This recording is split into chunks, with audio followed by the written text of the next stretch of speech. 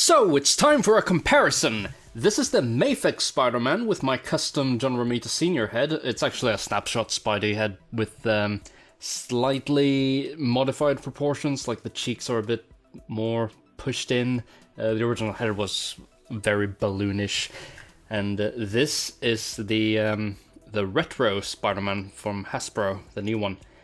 And I actually repainted the web lines on the head because they were really uneven.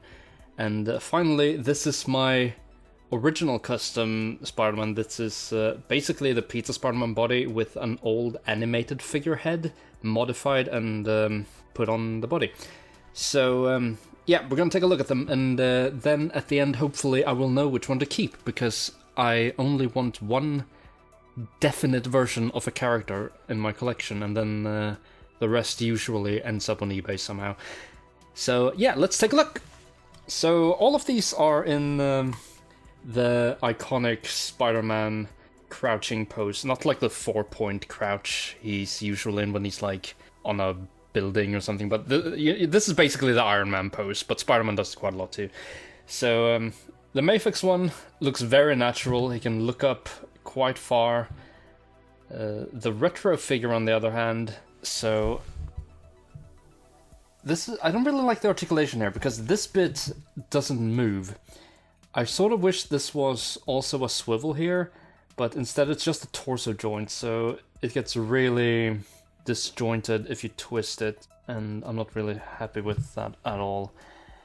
In comparison to Hasbro's normal method of doing it, they have a waist twist and a torso hinge here. Well, an ab crunch. So, quite obviously the Mafex one takes it here. The Mafex one also has, as you can see, sculpted web lines, which some people really need for a Spider-Man figure. Personally, I don't really need it because I'm pretty sure the costume... Okay, so my definite Spider-Man is the John Romita Sr. version, which is what the animated series Spider-Man was based on, which is the Spider-Man I grew up with. And I'm pretty sure in that show it was conveyed more that the black lines were just flat against the red. They weren't like a raised element or a sunken in element like in this figure. So let's take a look at a neutral stance. So here they all are in a neutral stance. The Mafex one slightly annoys me because it just doesn't go all the way down, and this one joint here keeps popping off, so you need to push it back in there, and now it's stuck again, but it's still a bit annoying. I wish the arms could be a little bit more flat, but this bit right here is sort of preventing that. Anyway, I quite like the general shape of this figure.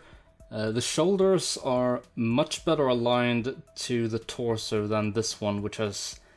I feel like the shoulders are sloping a little bit, and I wish the retro figure also had this type of joint right here. Some of the webbing gets obstructed by the crotch piece, but it still looks so much better when you're doing like a low crouching pose like the one I first showed off. Also, I quite like this head. I like how these bits point up. It's very John Romita-esque. However, I'm not really a fan of the metallic blue they opted for this figure. Could do without that. As for this one, I feel like he is a little bit bow-legged, like the legs just stick out a little bit too much to the side. I feel like they should be a bit closer. You can drop the hips down to get them a little bit closer, but that looks a bit stupid. What I do like about this one, though, is that finally they went for quite a buff look for Spider-Man.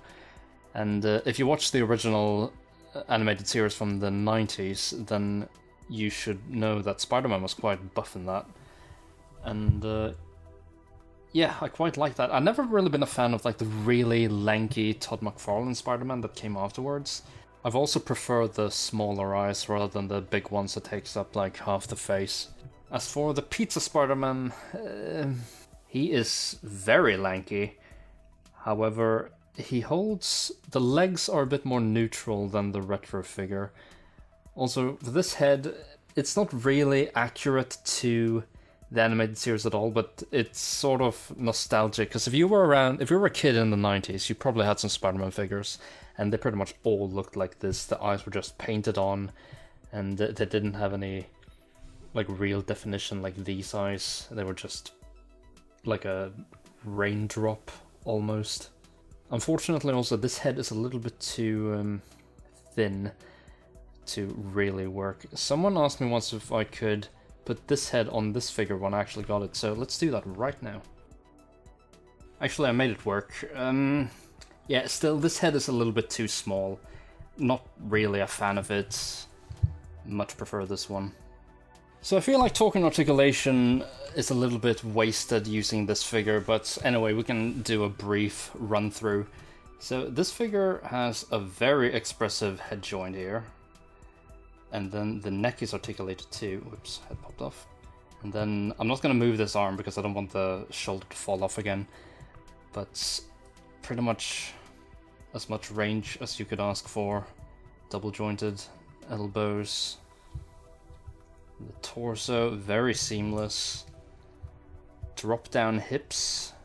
Moves all the way up. Double jointed knees. And then an ankle pivot. I don't really like these joints though. I think they're a bit distracting, but the range they give is really quite nice. Also, a toe hinge, which I've never liked on any figure because it looks dumb. And they're only helpful for very specific scenarios. So this retro Spider-Man also has butterfly joints like the Mafex one. He can put his arms all the way down, which is a massive bonus for me, because I like posing figures in a natural position. Then he's got this joint just like the Mafex one, but unlike the Mafex one, there's no ball joint down here, so it's just an ab crunch that goes quite far down actually, especially coupled with this extra piece of ab crunch. And then double jointed elbows with surprisingly bad motion, only about, yeah, pretty much a perfect 90 degrees. Then hinge wrists and swivel. I forgot to mention that this figure also has like the same ball joints, well, sort of like Revel Techie joints I guess, as the feet, but yeah, they're pretty universal. This one also has drop-down hips, so you can do really high kicks, although the leg starts twisting a little bit when you get further up. But it's there. Double-jointed knees, good enough motion. And then feet go a little bit forward, all the way back. And he's got that beautiful ankle pivot.